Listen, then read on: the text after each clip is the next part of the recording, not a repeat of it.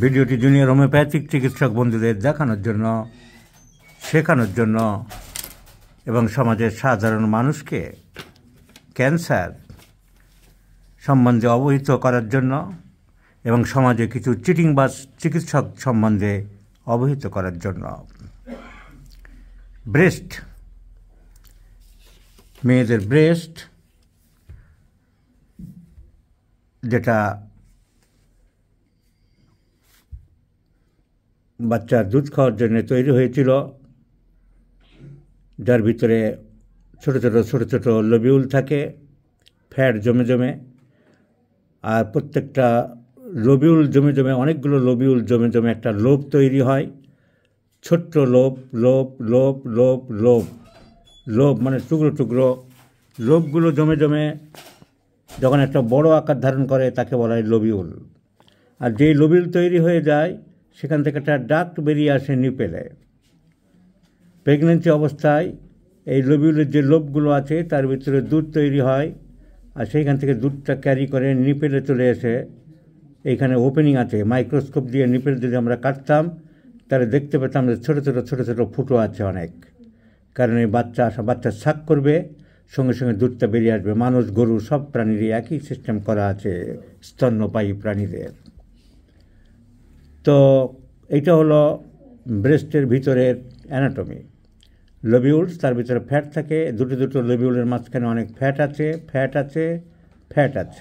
Oestrogen hormone এটাকে বড় করে প্রেগনেন্সির পরে ইস্ট্রোজেন প্রজেস্টেরন সিক্রিশন যখন বেড়ে যায় তখন ব্রেস্টটা আরও বড় হয়ে যায়, এসে নিপেলে চলে আসে।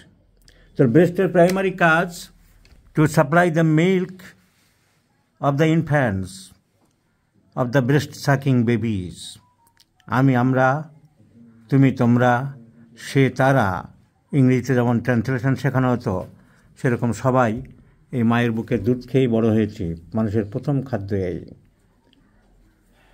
মায়ের সাথে শিশুর প্রথম সম্পর্কই তার ব্রেস্টের মধ্য দিয়ে, ব্রেস্ট মিল্কের মধ্য দিয়ে। ব্রেস্টের আরেকটা ভূমিকা আছে, এটা নারীর সৌন্দর্য বৃদ্ধি করে। যে নারীর ব্রেস্ট ডেভেলপমেন্ট হয় না সে একটা হীনমন্যতায় ভোগে। নারী দাঁড়িয়ে থাকবে, কাপড় পরবে, জামা পরবে, তার সুরৌলো দুটো ব্রেস্ট থাকলে তার একটা সৌন্দর্য বৃদ্ধি করে। এর তৃতীয় কাজ হচ্ছে পুরুষের চোখে একটা আকর্ষণীয় জিনিস। অপর সেক্সের প্রতি যে টান থাকে শরীরের বিভিন্ন অঙ্গের, পুরুষের নারীর ব্রেস্টের প্রতি চিরদিনই একটা আগ্রহ, একটা রোমাঞ্চ, রহস্য থাকে একটা। শিল্পীরা যুগে যুগে ছবি এঁকেছে, কবিরা কবি লিখেছে, কালিদাস সেই কবেই লিখে গেছে এই সমস্ত নিয়ে কবিতা। কিন্তু এর সর্বনাশী জিনিস হলো এই যে সৌন্দর্য। বাচ্চা খেয়ে বড় হচ্ছে, আমরা সবাই ব্রেস্টের মিল্ক খেয়ে বড় হয়েছি। মেয়েরা কাপড় চোপড় চুড়িদারের মধ্যে দিয়ে ব্রেস্টটা উঁচু থাকলে দেখতে ভালো লাগে, তা না হলে হীনমন্যতায় ভোগে। তার খুব পছন্দ, সে গর্ব প্রকাশ করে। পুরুষেরও দেখতে ভালো লাগে, একটা অপোজিট সেক্সের মেয়েদের ব্রেস্ট দেখতে সব পুরুষেরই ভালো লাগে, পছন্দ হয়। কিন্তু এর সবথেকে খারাপ দিক হলো যে সর্বনাশী জিনিস অতি সহজে ক্যান্সারে চলে যায়। মেয়েদের ব্রেস্ট, এই সৌন্দর্য একদিন তার মৃত্যুর কারণ হয়ে দাঁড়ায়। মেয়েদের এই ব্রেস্ট আর মেয়েদের এটা প্রেসক্রিপশনের মধ্যে করে ফেলছে, খেয়াল করিনি। মেয়েদের এই ব্রেস্ট আর ইউটেরাস, বাচ্চা যেই দুধ খেয়ে বড় হবে সেই জায়গা আর যেখানে বাচ্চার জন্ম হয় সেই ইউটেরাস, এই দুটোই ক্যান্সারের আঁতুর ঘর। নারীদের পক্ষে থেকে দুঃখের, কষ্টের আর কিছু নেই। পৃথিবীতে নারী নাকি পৃথিবী ভগবানের বা প্রকৃতির এক অপূর্ব সৃষ্টি, এবং তার এই অপরূপ সৃষ্টি ব্রেস্ট বা স্তন বা ম্যামারি গ্ল্যান্ড আর যেখান থেকে মানুষের জন্ম হয় ইউটেরাস, এই দুটোই হলো ক্যান্সারের আঁতুড়ঘর। এত সহজে এগুলো ক্যান্সারে আক্রান্ত হয় বলা যায় না। এই ব্রেস্ট ক্যান্সার বিশেষ করে 40-45 বয়স হয়ে গেলে, প্রথম দিকে অল্প বয়সে যে টিউমারগুলো হয় সেগুলো বেনাইন টিউমার, ডাক্তারিতে আমরা বলি বেনাইন, মানে সেগুলো খারাপের দিকে যায় না। কিন্তু 45-40 বছর পেরিয়ে গেলে যে টিউমারগুলো বেশিরভাগ ম্যালিগন্যান্ট হয়ে যায়, ক্যান্সারে চলে যায় দ্রুত। এই দ্রুত চলে গেলে এখন মডার্ন সায়েন্স অনেক ইমপ্রুভ করেছে। হ্যানিম্যানের যুগে হোমিওপ্যাথি যখন আবিষ্কার হয়েছিল, হোমিওপ্যাথি সেই আঁতুর ঘরের যুগ এখন আর নেই। হ্যানিম্যান যে অ্যালোপ্যাথিকে গালিগালিজ করত, যে অ্যালোপ্যাথির সমালোচনা করত, এখন অনেক হাতুড়ে হোমিওপ্যাথরা যারা পড়াশোনা করে না, কলেজে পড়ে না, যারা আধুনিক চিকিৎসা ব্যবস্থা সম্বন্ধে যারা কিছু জানে না, মডার্ন মেডিসিন, এখন তো অ্যালোপ্যাথিক নামটা হ্যানিম্যান দিয়েছিল, এখন তার অ্যালোপ্যাথিক ডাক্তাররা কেউ বলে না, এটা মডার্ন মেডিসিন। আর হোমিওপ্যাথি নাম দিয়ে কিছু ওষুধ হ্যানিম্যান আবিষ্কার করেছিল, সেটা হোমিওপ্যাথি। যেমন ইউনানি আছে, কবিরাজে আছে। অ্যালোপ্যাথি লোকে চলতি কথায় বলে, এর আসল নাম হচ্ছে মডার্ন মেডিসিন। দিন দিন যে বিজ্ঞানের উন্নতি হয়ে চলেছে, শল্য চিকিৎসার আরও নানান রকম দিকে এক অগ্রগতি বিজ্ঞানের, এটাকে অবহেলা করা যায় না। দেশ থেকে এরা স্মল পক্স সারিয়েছে, সাইড এফেক্ট কিছু আছে, সেটা অন্য জিনিস। ডিপথেরিয়া চালিয়েছে, গনোরিয়া হয় না, সিফিলিস হয় না, পোলিওমাইলাইটিস হয় না, কিডনি খারাপ হলে মরে যেত, তার রক্ত চেঞ্জ করার পদ্ধতি, ব্রেনের ভিতরে রক্ত জমে হোমিওপ্যাথিক ওষুধে কি সব বের করতে পারে? ব্রেন কেটে রক্ত বের করে মানুষটাকে বাঁচানো। লাং ক্যান্সার হয়েছে, লাংসের কিছু অংশ বাদ দিয়ে বাঁচানো। ডাক্তারের ভিতরে স্টোন বসে আছে, হোমিওপ্যাথি ওষুধে কি স্টোন সব বের করতে পারে? পারে না। সেই স্টোনগুলো মাইক্রোসার্জারি করে বের করা।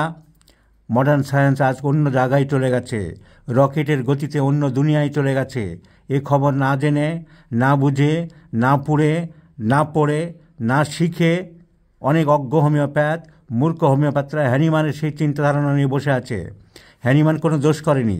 হ্যানিম্যান সেই সময় হোমিওপ্যাথির কথা বলেছে, যখন পাগলকে বেঁধে মেরে মেরে চিকিৎসা করা হতো, যখন ব্লাড প্রেশার বেড়েছে মানে তাকে যোগ দিয়ে রক্ত বের করানোর কথা ভাবা হতো, যখন বমি করানোর জন্য এমেটিক খাওয়ানো হতো। সেই চিকিৎসা এখন নেই। আজকের অ্যালোপ্যাথি, আজকের মডার্ন সায়েন্স অন্য দুনিয়ায় চলে গেছে। তো এই সমস্ত অপারেশন অনেক বেশি হয়ে গেছে। এই ব্রেস্টের একটা টিউমার যখন 40-45 বছর হয়েছে, খারাপের দিকে যাচ্ছে, ম্যালিগন্যান্টের সম্ভাবনা আছে, সঙ্গে সঙ্গে কেটে বাদ দিলে মানুষটাকে বাঁচানো যায়। তাহলে ক্যান্সারের একটা ধর্ম হলো মেটাস্টেসিস করা, দ্রুত বেগে রাজ্য আক্রমণে করার মতন। আমরা ইতিহাসে যেমন পড়েছি, আগেকার দিনে রাজারা আক্রমণ করত, যুদ্ধ, দেশ একটার পর একটা দেশ জয় করত। ক্যান্সার হলো সেই পুরানো রাজাদের মতন। এর কোনো ব্যাকটেরিয়া নেই, ভাইরাস নেই, জীবাণু নেই, কিন্তু পাশের ও কোষগুলোকে নষ্ট করে দেয়। সেই পিন্ডি খেজুরের মতন পিন্ডি চটকে দেয়, সেলগুলো, কোষগুলো নষ্ট করতে থাকে। নষ্ট করতে করতে করতে করতে যেখানে পাবে, এদিক ওদিক যেখানে পাবে সেখানে চলে যেতে থাকবে, পাশের অর্গানে চলে যাবে, তার পাশে যেখানে যাবে সেখানে চলতে থাকবে। কোনো জীবাণু নেই, কোনো ব্যাকটেরিয়া নেই, কোনো ভাইরাস নেই, এইভাবে পিন্ডি চটকাতে থাকে। তাই অবিলম্বে যদি তাকে অপারেশন করে বাদ দেওয়া যায়, তাহলে এই পিন্ডি চটকানোর প্রচেষ্টা রোধ করা যায়। সেটা বুঝতে হবে। সেটা অনেক হোমিওপ্যাথি ডাক্তাররা জানে না, বোঝে না, সব সারিয়ে দেবো বলে বসে থাকে। এর মধ্যে যোগ হয়েছে কিছু হাতুড়ে, যারা হোমিওপ্যাথি কলেজে পড়েনি, যারা কোনো ডিগ্রি নেই, আবার নিজেদেরকে ক্যান্সার স্পেশালিস্ট সাজিয়ে বসে আছে, বিজ্ঞাপন দিচ্ছে। ইউটিউব তো কোনো লাইসেন্স লাগে না, ট্রেড লাইসেন্স লাগে না, কিছু লাগে না, সেখানে পোস্ট করছে, তার কোনো ভেরিফিকেশান নেই, তার কোনো অথেন্টিকেশান নেই, সেখানে চালিয়ে যাচ্ছে আর লোকে দেখে ঠুকছে। এই একটা চিটিংবাজ, যেই চিটিংবাজকে আমি এর আগে অনেকবার দেখিয়েছি। অশোকনগরে বসে এই যে প্রেসক্রিপশান, এ কোনো ডাক্তারি না। ডিগ্রিগুলো দেখুন, একটা ডাক্তারি ডিগ্রি নেই, না বিএইচএমএস, না DMS, specially gynae and cancer. Gynae বলে কোনো শব্দ হয় না, গাইনিকোলজি সংক্ষেপে লেখা হয় গাইনি, GYNAE।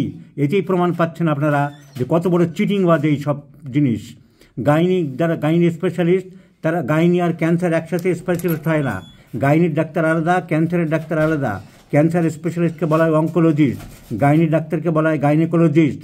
তো গাইনির ডাক্তার হলে গাইনি, GYNAE হবে, সংক্ষেপে লিখলে ANAE। ও বানানো জানে না। এইসব চিটিংবাজরা বসে আছে। আমি অনেক রোগীদের বারবার বলেছি, থানায় জানান, কমপ্লেন করুন, হোমিওপ্যাথিক মেডিকেল কাউন্সিলে কমপ্লেন করুন, অ্যালোপ্যাথিক মেডিকেল কাউন্সিলে কমপ্লেন করুন, কেস করুন। তারা কিছু করে না, রোগীরা এদেরকে প্রশ্রয় দিয়ে চলেছে। এই লোকটি বহু লোকে সর্বনাশ করেছে। এই একটি পেশেন্ট, ব্রেস্ট ক্যান্সার, এই বহুত দিন ধরে এই যে 10 রকম ওষুধ কী সব মিশিয়ে দিয়েছে, দিয়ে সর্বনাশ হয়েছিল। টাটা মেমোরিয়ালে রোগী গিয়েছিল, টাটা মেমোরিয়ালে অপারেশন করেছে, কিন্তু অপারেশন করেও তার কোনো শান্তি নেই। ছবিটা বের করো।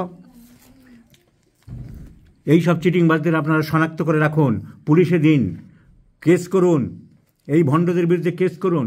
যে গাইনি জানে না, যে গাইনি বানান জানে না, তার ছেলে বোধহয় ডাক্তারি পড়েছে, ছেলেটা DHM তাতে দেখছি। এই যে ব্রেস্ট টিউমার অপারেশন করেছে, করে এই পজিশন দাঁড়িয়েছে, এই যে মনে হচ্ছে ফুলকপি, কিন্তু ফুলকপি নয়, ব্রোকলি মনে হচ্ছে, ব্রোকলি নয়। এই ব্রেস্ট কেটে দেওয়ার পরে এই সে অবস্থায় এসে দাঁড়িয়েছে। এখন মেটাস্টেসিস হয়ে গেছে। এই ডাক্তারবাবুরা লিখেই দিয়েছেন পরিষ্কার, মেটাস্টেটিক ব্রেস্ট কার্সিনোমা। মেটাস্টেটিক মানে কি? মেটাস্টেটিক মানে ওই যে বলছিলাম পিণ্ডি চটকানো আরম্ভ হয়েছে, চারিদিকে পিণ্ডি চটকাতে চটকাতে এগুচ্ছে সাম্রাজ্য। আলেকজান্ডার যেমন এগুচ্ছিল সেরকম এগুতে তো আছে। এই রোগীকে বাঁচানো খুবই মুশকিল আছে, এরা বোঝে না। এই চিটিংবাজের পাল্লায় পড়ে বহু সময় নষ্ট করেছে। এখন টাটা মেমোরিয়াল লাস্টে গেছে, কিন্তু তারা মেটাস্টেসিস কন্ট্রোল করতে পারছে না। এই অবস্থায় আমার কাছে সাজেশনের জন্য এসছে। এখন আমার প্রেসক্রিপশন হবে কার্সিনোসিন, কারণ ঘুম হচ্ছে না রোগীটার, ঘুম হচ্ছে না, তো ঘুম হচ্ছে না, যন্ত্রণা হচ্ছে না। এখন কার্সিনোসিন 1 ডোজ দিয়ে তারপরে এইসব রস বেরোচ্ছে, এগুলো থেকে রস বেরোচ্ছে, পুঁয়ে পুঁয়ে গন্ধযুক্ত ডিসচার্জ বেরোচ্ছে। সো এচিনেশিয়া মাদার দিয়ে কন্ট্রোল করা যায় কিনা তাই দেখতে হবে। So my prescription is at first এচিনেশিয়া mother দিয়ে কিছুটা কন্ট্রোল করা যায় কিনা। এচিনেশিয়া একটা অ্যান্টিসেপটিক ওষুধ, এইসব কেসে আমাদের এচিনেশিয়া খুব দ্রুত কন্ট্রোল করতে পারে, আমার অভিজ্ঞতায় আমি দেখেছি। তারপরে 1 ডোজ কার্সিনোসিন দিয়ে আটকানো যায় কিনা প্রসেসিংটা চেষ্টা করা যাবে। কিন্তু মানুষ ভুল করছে, মানুষ বোঝে না, মানুষ জানে না, মানুষ অসহায়ভাবে প্রথম দিকে এই সব চিটিংবাজদের পাল্লায় পড়ে রোগীদের সর্বনাশ করছে। 45 বছর 50 বছর হয়ে গেলে কোনো টিউমার, কোনো আঁচিল, কোনো অস্বাভাবিক রক্ত পড়ছে, ওজন কমছে, এই সমস্ত ব্যাপারে বারবার সচেতন করা হচ্ছে। গভর্নমেন্ট থেকে বিভিন্ন জায়গায় পোস্টার দেওয়া হয়, রেডিওতে আলোচনা হয়, এখন টিভি খুললেই বিভিন্ন চ্যানেলে ডাক্তারবাবুরা আলোচনা করেন। শনিবারের আনন্দবাজার পত্রিকায়, বৃহস্পতিবার বর্তমান পত্রিকায় নানান মেডিকেল টপিকস থাকে। লোকে পড়ে না, জানে না, বোঝে না, অথচ চিটিংবাজদের পাল্লায় পড়ছে। আর চিটিংবাজরা টাকাও নিচ্ছে, তারপরে আর ফোনও ধরছে না, আর এই সমস্ত করে বেড়াচ্ছে। মানুষকে আমি অবহিত করলাম, ক্যান্সার সম্বন্ধে সজাগ হন, সাবধান হন, অমূল্য জীবন এভাবে নষ্ট করবেন না।